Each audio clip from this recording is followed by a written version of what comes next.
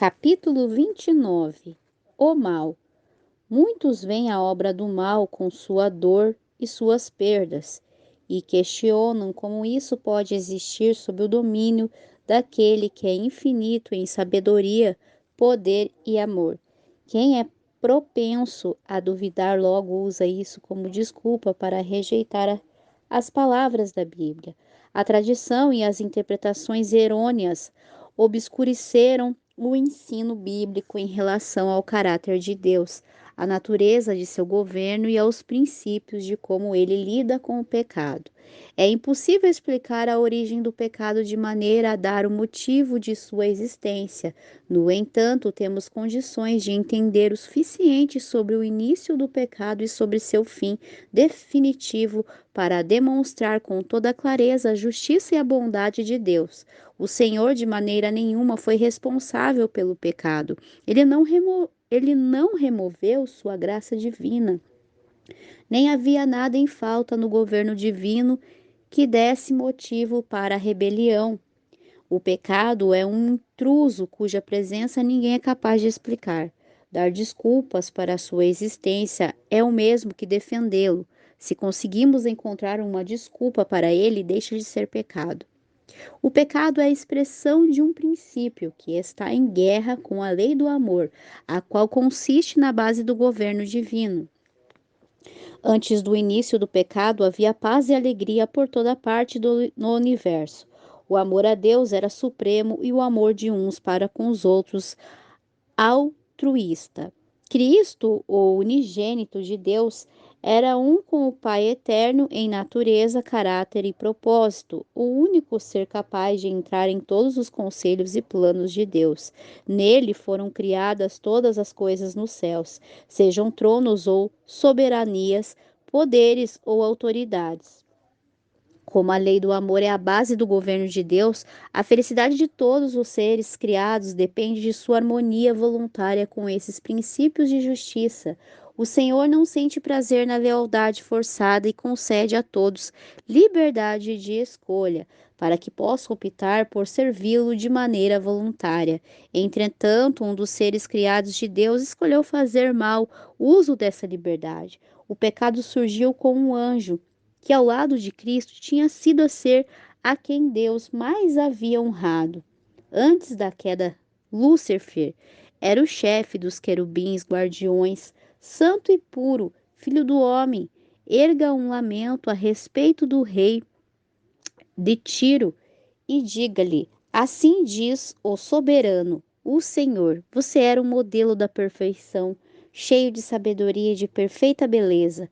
Você estava no Éden, no jardim de Deus. Todas as pedras preciosas o enfeitavam. Você foi ungido como um querubim guardião, pois para isso eu o designei. Você estava no Monte Santo de Deus e caminhava entre as pedras fulgurantes. Você era inculpável em seus caminhos, desde o dia em que foi criado até que se achou maldade em você. Seu coração tornou-se orgulhoso por causa da sua beleza, e você corrompeu a sua sabedoria por causa do seu esplendor. Você pensa que é sábio, tão sábio quanto Deus. Você que dizia: subirei aos céus, erguerei o meu trono acima das estrelas de Deus. Eu me assentarei no monte da Assembleia. Subirei mais alto que as mais altas nuvens, serei como o Altíssimo, cobiçando a honra que o Pai dera ao Filho. Esse príncipe dos anjos queria o poder que só Cristo podia usar. Uma nota de discórdia agora maculava a harmonia celestial. Ver alguém se exaltar espalhou um estranho temor de algo mal em meio aos outros anjos que consideram suprema a glória de Deus. Os concílios celestiais estarão com Lúcifer. O Filho de Deus lhe mostrou a bondade e a justiça do Criador, bem como a natureza santa de sua lei. Ao rejeitá-la, Lúcifer desonraria seu Criador e traria ruína sobre si. Contudo, o aviso só despertou ainda mais sua resistência. Lúcifer permitiu que sua inveja de Cristo o controlasse. O orgulho alimentou seu desejo de supremacia. a elevada honra que Deus dera a Lúcifer não o tomou grato ao Criador. Ele queria ser igual a Deus. No entanto, todos reconheciam que o Filho de Deus era o governante do céu, um com o Pai em poder e autoridade. Cristo participava de todos os concílios com Deus, mas Lúcifer não tinha permissão de conhecer os planos divinos. Esse poderoso anjo questionou por que Cristo deve ser supremacia, porque ele é honrado assim acima de Lúcifer. Descontentamento. Ao deixar seu lugar na presença de Deus, Lúcifer saiu para espalhar descontentamento entre os anjos. Com sigilo misterioso, escondendo seu real propósito por trás da aparência de reverência a Deus, tentou tornar os anjos insatisfeitos com as leis que governavam os seres celestiais. Sugeriu não apenas que essas leis eram desnecessárias, mas também que estas os restringiam. Como a natureza deles era santa, dizia que os anjos deveriam seguir os restringiam. Como a natureza deles era santa, dizia que os anjos deveriam seguir a própria vontade. Deus havia lidado injustamente com ele ao dar honra suprema a Cristo. Ele alegava que não estava tentando se exaltar, mas buscando obter liberdade para todos os seres celestiais, a fim de que cada um deles pudesse alcançar um nível superior de existência. Deus foi paciente com Lúcifer. Não o removeu de sua honrada posição quando ele começou a fazer essas falsas alegações para os anjos. Vez após vez, o Senhor lhe ofereceu perdão se ele se arrependesse e fosse submisso. Deus fez esforços que somente o amor infinito é capaz de empreender para convencê-lo do erro. Nunca antes se ouvirá falar em descontentamento no céu. A princípio, o próprio Lúcifer não havia compreendido a real natureza de seus sentimentos. Quando Deus mostrou que não havia motivo para sua insatisfação, Lúcifer se convenceu de que os argumentos divinos estavam corretos e de que ele deveria reconhecer essa verdade para todo o céu. Caso tivesse feito isso, ele teria salvado a si mesmo e muitos anjos. Se tivesse se mostrado disposto a voltar para Deus, satisfeito em ocupar o lugar que o Senhor lhe dera, Deus o teria recolocado em uma posição, mas o orgulho não permitiu que ele se sujeitasse. Ele afirmou que não tinha necessidade de se arrepender e se comprometeu plenamente com o grande conflito contra seu Criador.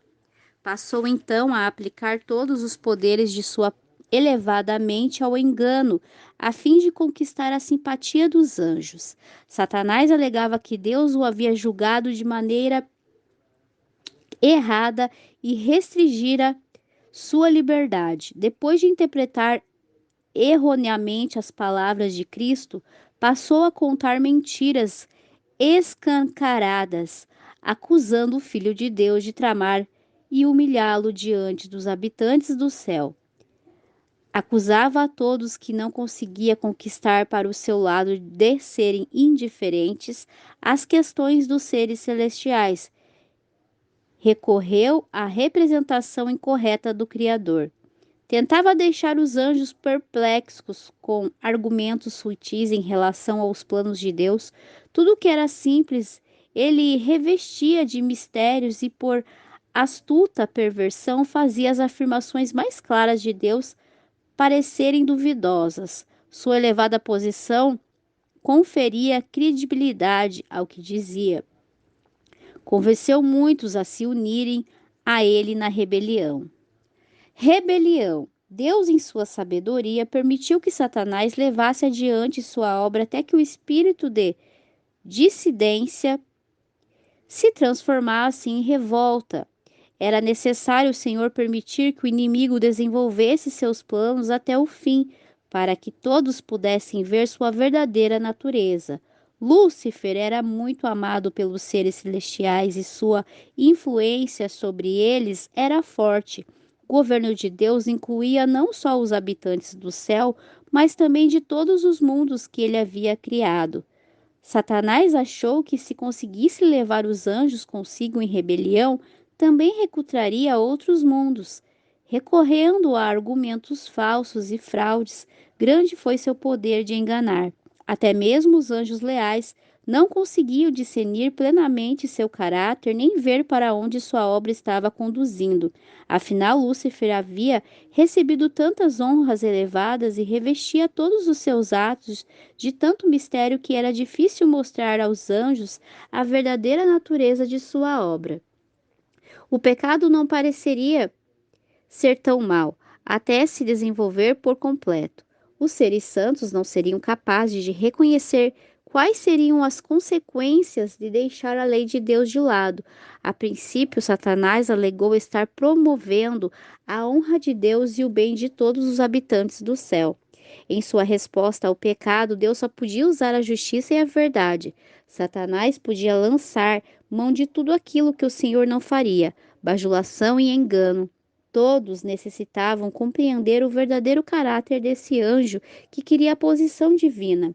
Ele deveria ter tempo para se revelar por meio de suas obras más. No entanto, Satanás culpou a Deus pela discórdia que as próprias ações más haviam causado no céu. Declarou que todo mal era resultado do governo divino, por isso era necessário que ele demonstrasse como as mudanças que ele propunha na lei do Senhor funcionariam. Os seus atos deveriam condená-lo. O universo inteiro precisava ver o enganador ser desmascarado. Mesmo depois de decidir que Satanás não podia mais permanecer no céu, a sabedoria infinita não o destruiu. A lealdade das criaturas de Deus deveria repousar na convicção de que ele é justo e íntegro. Os habitantes do céu e dos outros mundos não estavam preparados para compreender as consequências do pecado, por isso não conseguiriam reconhecer a justiça e a misericórdia de Deus caso ele houvesse destruído Satanás naquele momento. Se o Senhor apagasse a existência do inimigo de imediato, eles pareciam a servi-lo por medo, não por amor. Deus não destruiria por completo a influência do enganador, nem eliminaria o espírito de rebelião, pelo bem do universo ao longo das eras eternas. Satanás precisaria desenvolver seus princípios de maneira mais completa. Então todos os seres criados seriam capazes de enxergar a realidade por trás de suas acusações contra o governo divino. A rebelião de Satanás estava prestes a se tornar um testemunho para o universo em relação às terríveis consequências do pecado. Seu domínio mostraria o fruto de rejeitar a autoridade de Deus. A história de sua terrível experiência de rebelião seria uma proteção externa para todos os seres santos, salvando-os do pecado e de seu castigo. Quando foi feito o anúncio de que o grande usurpador deveria ser expulso do céu com todos os seus simpatizantes, o líder rebelde manifestou seu desprezo pela lei do Criador. Denunciou que os estatutos divinos eram uma restrição à liberdade e declarou sua intenção de abolir toda a lei. Alegava que, libertos dessa limitação, os habitantes do céu conseguiriam alcançar uma condição mais elevada de existência. Expulsão. Satanás e seus seguidores culparam a Cristo por sua rebelião. Disseram que, se não tivessem sido repreendidos, nunca teriam se rebelado. Teimosos e desafiadores, alegaram blasfemando serem vítimas inocentes de um poder opressor. Assim, o grande rebelde e seus simpatizantes foram expulsos do céu. O espírito de Satanás continua a inspirar rebelião na terra em pessoas impenitentes. Assim como ele, prometem liberdade por meio da transgressão da lei de Deus. A condenação do pecado continua a despertar ódio. Satanás leva as pessoas não apenas a se justificar, mas a conquistar a simpatia dos outros em seus pecados. Em vez de corrigir os próprios erros, espalha o ressentimento por aquele que chamou a atenção para seu pecado, como se essa pessoa fosse a causa da dificuldade. Satanás persuadiu Adão e Eva usando a mesma representação errônea do caráter de Deus que fizera no céu. Ele os levou a pensar que Deus era severo e tirano. Então alegou que as restrições injustas do Senhor haviam levado à queda de nossos primeiros pais, após eles caírem em sua rebelião. Ao expulsar Satanás do céu, Deus declarou sua justiça e honra, mas quando a humanidade pecou, ele deu evidências de seu amor ao oferecer seu filho para morrer pela humanidade decaída. A expiação nos revela o caráter de Deus. O poderoso argumento da cruz demonstra que o pecado não foi de maneira nenhuma uma falha do governo divino. Durante o ministério terreno do Salvador, o caráter do grande enganador foi desmascarado. A ousada blasfêmia contida na exigência de que Cristo o adorasse, a intenção maligna, incessante que perseguia Jesus por todos os lugares, inspirando o coração dos sacerdotes a rejeitar seu amor e a bradar: crucifica-o, crucifica-o. Tudo isso despertou a perplexidade e indignação do universo. O príncipe do mal exerceu todo o seu poder, as suas astutas habilidades para destruir Jesus. Satanás usou os seres humanos como agentes seus para encher a vida do Salvador de sofrimento e tristeza. E no Calvário, o fogo reprimido da inveja e do despeito, do ódio e da vingança, desceu sobre o Filho de Deus. Finalmente, a culpa de Satanás aparecia com clareza e sem desculpa. Ele havia revelado seu verdadeiro caráter. As acusações mentirosas que tinha feito contra o caráter de Deus apareceram em sua verdadeira luz. Ele havia acusado o Senhor de procurar se exaltar ao exigir obediência de suas escrituras, de suas criaturas. Alegara Alegará que, ao passo que exigia a negação do eu de todos os outros, ele próprio nunca se negava, nem fazia sacrifício algum. Então, ficou claro que o governante do universo havia feito o maior sacrifício que o amor seria capaz de fazer, pois Deus, em Cristo, estava reconciliando consigo o mundo, a fim de destruir o pecado. Cristo se humilhou e se tornou obediente até a morte. Redenção. Todo o céu viu a justiça de Deus revelada. Lúcifer havia argumentado que a humanidade estava além da possibilidade de redenção. Contudo, a pena da lei recaiu sobre aquele que era igual a Deus. Os pecadores agora estavam livres para aceitar a justiça de Cristo e, por arrependimento e humildade, triunfar sobre o poder de Satanás. Entretanto, Cristo não veio à Terra morrer somente para redimir a humanidade. Veio demonstrar para todos os mundos que a lei de Deus é imutável. A morte de Cristo prova que a lei é permanente e demonstra que justiça e misericórdia são o fundamento do governo de Deus. No juízo final ficará claro que não existe nenhuma causa para o pecado. Quando o juiz de toda a terra perguntar a Satanás: por que você se rebelou contra mim? O originador do mal não terá desculpa para oferecer. O clamor de morte do Salvador está consumado. Tocou o sino da morte para Satanás. O grande conflito, tão antigo, foi então decidido. A erradicação final do mal se tornou garantida. Quando o dia chegar, ardente como uma fornalha, os arrogantes e todos os malfeitores serão como palha, e aquele dia que está chegando ateará fogo neles, diz o Senhor dos Exércitos. Não sobrará raiz ou galho algum. O mal nunca mais vai se levantar novamente.